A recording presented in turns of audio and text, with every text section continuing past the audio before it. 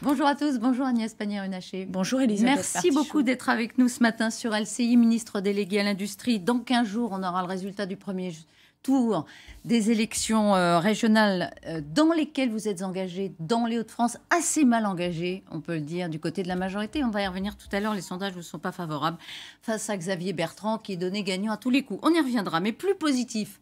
Ce matin, c'est ce qu'on appelle le baromètre de l'attractivité, c'est-à-dire le baromètre qui mesure les investissements étrangers. Il est annuel. On va voir la une des Échos. Et à ce titre, la France est en pole position par rapport au reste de l'Europe. On a bien traversé la crise, comme tous les pays. Qu'est-ce qui joue en notre faveur à ce niveau-là ? C'est l'illustration que la politique d'attractivité voulue par le président de la République fonctionne.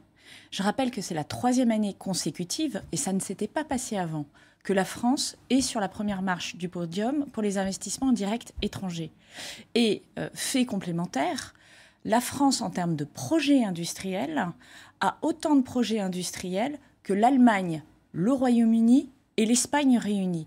Ce qui prouve que la volonté de reconquête industrielle voulue par le président de la République fonctionne parce que nous avons pris des mesures d'attractivité, des mesures qui facilitent l'installation des étrangers, des entreprises étrangères en France.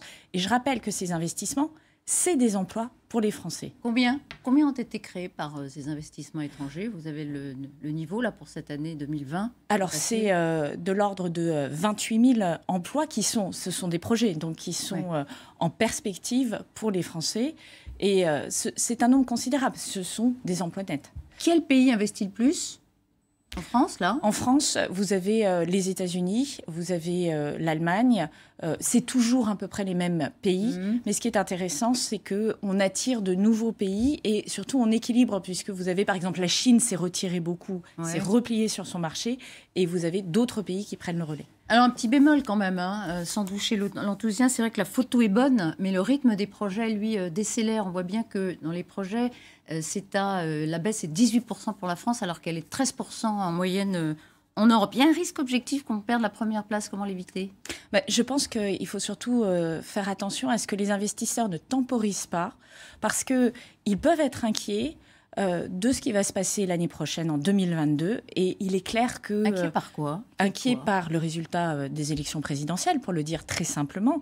Certains programmes ne tiennent pas leur route à leurs yeux. Et moi, je commence à entendre, alors de manière très discrète, des interrogations. Il est clair que si le président Macron passe une deuxième fois, il y aura un enthousiasme pour continuer à investir en France, mais c'est quelque chose de fragile et qu'il faut regarder en face. Attendez, le Rassemblement national, vous êtes en train de nous dire, voilà. Le Rassemblement national, par son programme, qui notamment ferme en quelque sorte les frontières, ou en tout cas une attitude vis-à-vis des investissements étrangers très ambiguë, c'est clairement pas une chance pour l'emploi en France. Et c'est pas un argument un peu électoraliste, pardon, c'est pas un peu capillotracté, comme on dit, de dire que les investisseurs s'inquiéteraient de l'arrivée de Marine Le Pen. Les journalistes peuvent faire leur travail de leur côté et effectivement se rapprocher des investisseurs pour savoir quelle est leur opinion, très simplement. Mais moi, c'est ce que j'entends sur le terrain. Ce qui vous revient, c'est que des entreprises... On temporise, on ne prend pas tout de suite de grandes décisions, on ne ferme pas tout de suite le site de Belgique pour le rapatrier en France. Ce qui est très dommage parce que aujourd'hui, près d'un industriel sur deux est prêt à relocaliser en France dans les prochains mois et dans les prochaines années.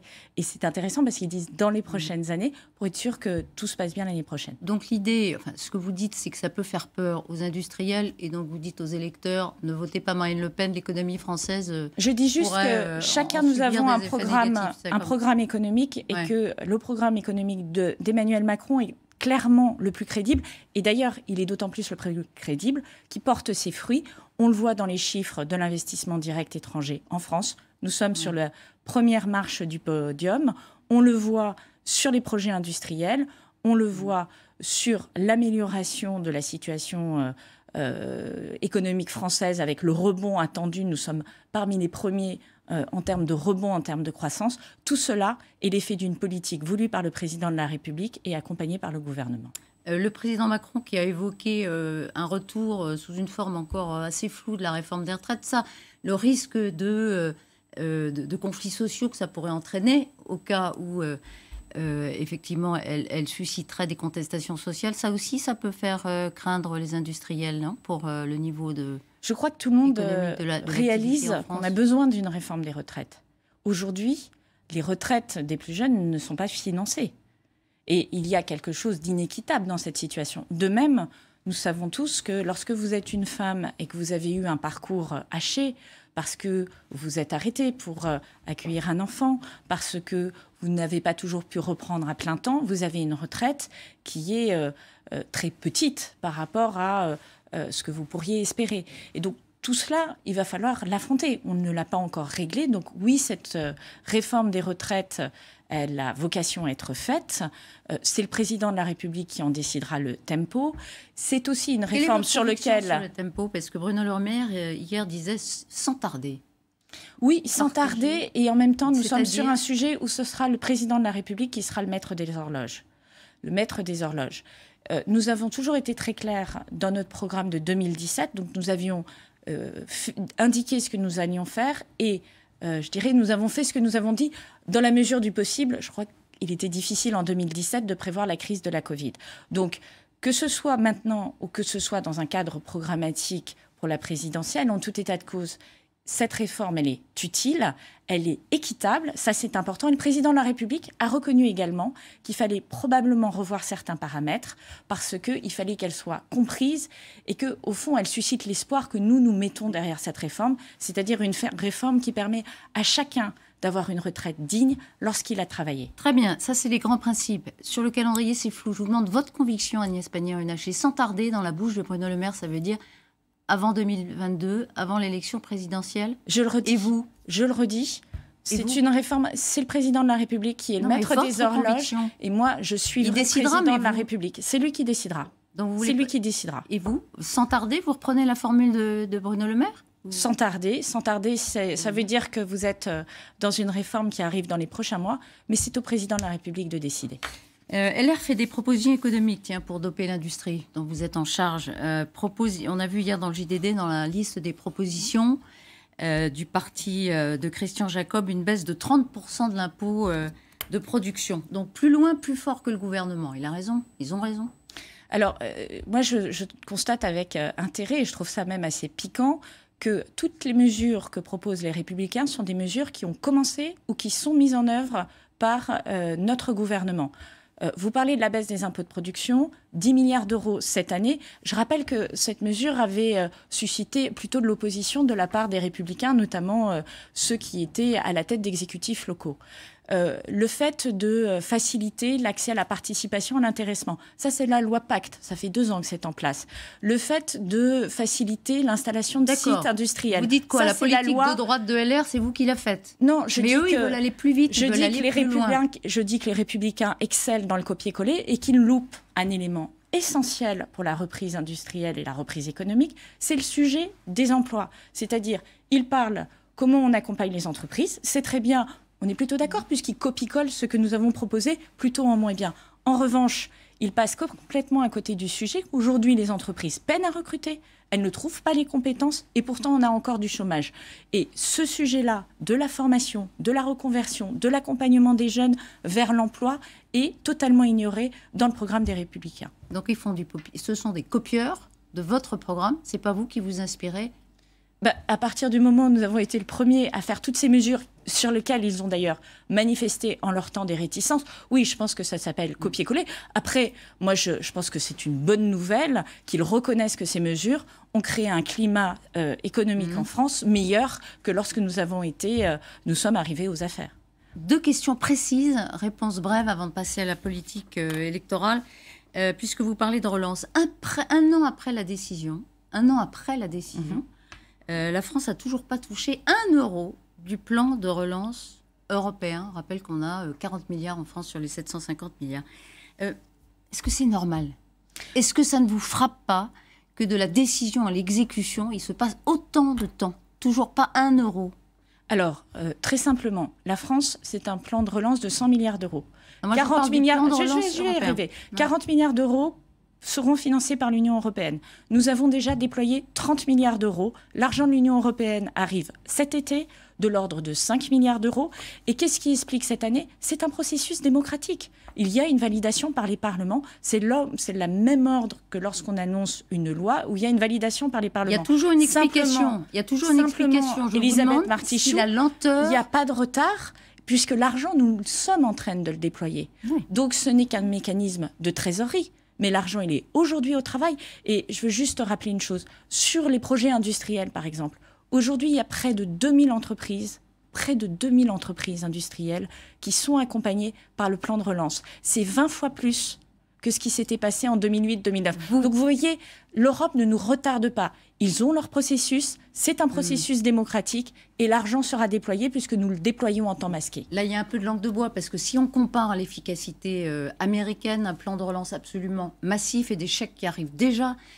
dans les boîtes des Américains. C'est je le vous cas pose une aujourd'hui question en France. simple. Il ne s'agit pas de Mais salir. Elisabeth Martichoux, Il ne s'agit pas de salir. Nous avons pris les devants. Mesurer l'efficacité tout à fait. d'une politique européenne. Mais là, pour le coup, je ne vous suis pas du tout, parce que nous avons pris les devants avec le plan de relance. Je vous demande pas ce qu'a fait la France. Je vous dis mais si, l'Europe, parce que c'est lié. Ces deux plans sont liés. Et donc, les financements de l'Europe vont arriver en appui. Mais à partir du moment où on a pris les devants, il y a une partie du programme qui est aujourd'hui financée qui sera payée par l'Europe. 5 milliards sur les 40 milliards cet été. Cet été, tout à fait. Cet été, avant le 21 septembre. Avant le 21 septembre, l'été, c'est avant le 21 septembre. Une question précise aussi, parce que ça peut intéresser les Français cet été. Dans quelques semaines, les professionnels du tourisme vont devoir rembourser les clients qui n'ont pas pu partir du fait de la crise sanitaire et qui se sont vus remettre des bons d'achat. C'est très concret, il y en a beaucoup qui l'ont vécu. Or, plusieurs agents de voyage n'auront pas la trésorerie nécessaire pour rembourser. D'abord, est-ce que les consommateurs risquent d'être lésés? Il y a 1 milliard d'avoirs qui Alors, il y a un rapport qui a été fait sur cette situation qui est beaucoup moins inquiétant que ce qu'on a pu lire dans les journaux, puisque ça se compte plutôt en dizaines de millions d'euros la question de ce qui pourrait manquer à l'appel. Deuxièmement, le gouvernement est mobilisé. Alain Griset est mobilisé pour accompagner les entreprises qui ont généré ces avoirs, les Club Med, les entreprises aéronautiques. Donc, quel est leur sujet? C'est un sujet de trésorerie. Depuis le début de la crise, nous avons accompagné les entreprises pour qu'elles passent des difficultés de trésorerie. Il n'y a aucune raison que ça ne se passe pas de la même manière. Nous le faisons au niveau des entreprises. Donc vous allez les aider? On va les accompagner. Encore une fois, la trésorerie, c'est quelque chose qui se rembourse. C'est-à-dire que dans différentes circonstances, on a été capable d'accompagner les entreprises pour leur permettre de passer le cap. Il n'y a aucune raison que ça ne se passe pas de la même manière. Et puis, vous avez un mécanisme assurantiel derrière qui permet c'est-à-dire que vous prenez une assurance qui vous rembourse si d'aventure votre voyagiste disparaît la clé sous la porte. Donc vous avez un double mécanisme et nous sommes évidemment, comme d'habitude, aux côtés des entreprises pour faire en sorte qu'il n'y ait pas de difficultés. Il y a des risques de faillite pour les entreprises. Est-ce que vous dites ce matin qu'aucun consommateur ne sera lésé? Je vous dis aujourd'hui qu'il n'y a pas de raison que les consommateurs soient lésés. Aucun consommateur ne sera lésé. Le climat électoral. Agnès Pannier-Runacher. Hier, Jean-Luc Mélenchon sur France Inter a affirmé qu'un incident grave ou un meurtre viendrait inévitablement percuter la dernière semaine de campagne de la présidentielle dans un an. Lui affirme que cette phrase a été montée en épingle par quelques personnes influentes, un coup monté à partir d'une phrase sur 1 heure d'émission. A-t-il dénoncé après la pluie de réactions? Est-ce que c'est une défense que vous entendez? La phrase est complotiste. Elle provient d'un des leaders d'un groupe politique important et un responsable politique élu continuellement depuis 1982, je crois, ou 1983. Je trouve ça très inquiétant. Ensuite, qu'il ait pu, que sa parole ait dépassé sa pensée, je l'espère. Je l'espère. Parce que je pense que c'est très grave d'alimenter cette dimension complotiste en France, alors que le risque terroriste, il existe. Le risque terroriste islamiste, il existe. Il fait l'objet d'une vigilance totale de la part du ministère de l'Intérieur et de toutes les composantes régaliennes de l'État. On a évité un certain nombre d'attentats et je trouve ça totalement irresponsable. Il faut qu'il retire cette phrase? je crois que ça serait bien qu'il soit beaucoup moins ambigu qu'il ne l'a été, ou tout simplement qu'il dise nettement que le risque du terrorisme islamiste existe et que cette phrase ne correspond pas à la réalité de sa pensée. Ça sera beaucoup plus simple pour tout le monde. Agnès Pannier-Runacher, dans 15 jours, donc on aura le résultat du premier tour des régionales. Dans les Hauts-de-France, vous êtes engagée, vous êtes dernière sur la liste du Pas-de-Calais pour la majorité. Dans tous les sondages, Xavier Bertrand est donné gagnant. Et vous-même, la majorité, vous êtes sur un fil. Il y a un sondage IFOP mercredi dernier qui vous donnait à 10%. Il n'y a pas d'effet ministre dans les Hauts-de-France, commencé par Éric Dupond-Moretti. Vous êtes 5 ministres engagés. Pardon, ne nous dites pas que ça marche, parce qu'on ne comprendra pas. Ça ne marche pas dans les sondages. Pourquoi vous expliquez ce flop? Alors, 5 ministres, d'abord, 5 ministres, c'est à peu près 10% du gouvernement. Les Hauts-de-France, c'est à peu près 10% de la France. Donc, on ne va pas demander à Éric Dupond-Moretti de changer la région où il est né. Ça, c'est le premier point. Deuxième chose, moi, je regarde les résultats de l'élection de Brigitte Bourguignon, qui sont bien meilleurs que ce qu'avaient dit les sondages. Donc, pour être sur les terrains tous les week-ends, je peux vous dire qu'on est sur un terrain où le Rassemblement national a effectivement construit sur la misère des gens, sur la pauvreté, sur le chômage, mais où, par le dialogue, vous faites bouger les lignes. Et c'est très exactement ce sur quoi nous sommes aujourd'hui engagés. C'est de porter une parole qui permette d'équilibrer ce qu'on entend sur le terrain, et c'est d'être investi aux côtés des gens, moi en l'occurrence le Pas-de-Calais, le bassin minier. 10%, ce serait un échec?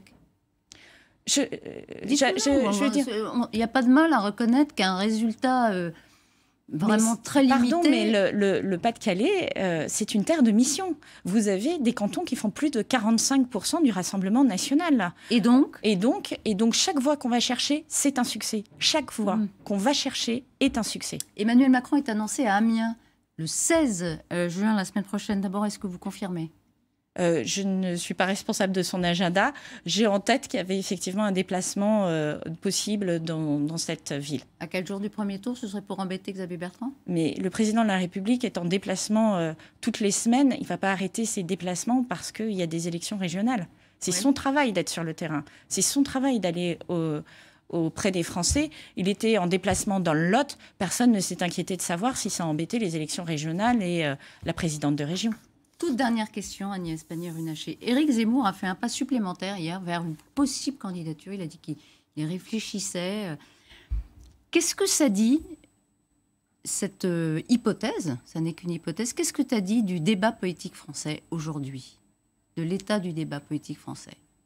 Je crois qu'on a eu à différentes reprises des personnes qui étaient dans des positions d'animateurs, d'amuseurs, de référence, mais sans être engagés dans la politique, qui se sont vus un destin présidentiel. Je crois que cela ne dit rien de particulier du débat politique français, si ce n'est peut-être une dimension un peu égotiste de M. Zemmour. Après, libre à lui de s'engager dans cette aventure. Je pense qu'il ne mesure pas la difficulté. Pourquoi? Parce que être président de la République ou vouloir se porter candidat à la présidentielle, ça veut dire avoir une vision de la France qui dépasse celle d'une chronique, quand bien même elle serait quotidienne. Merci beaucoup Agnès Pannier-Runacher d'avoir été ce matin sur LCI. Bonne journée. Bonne journée.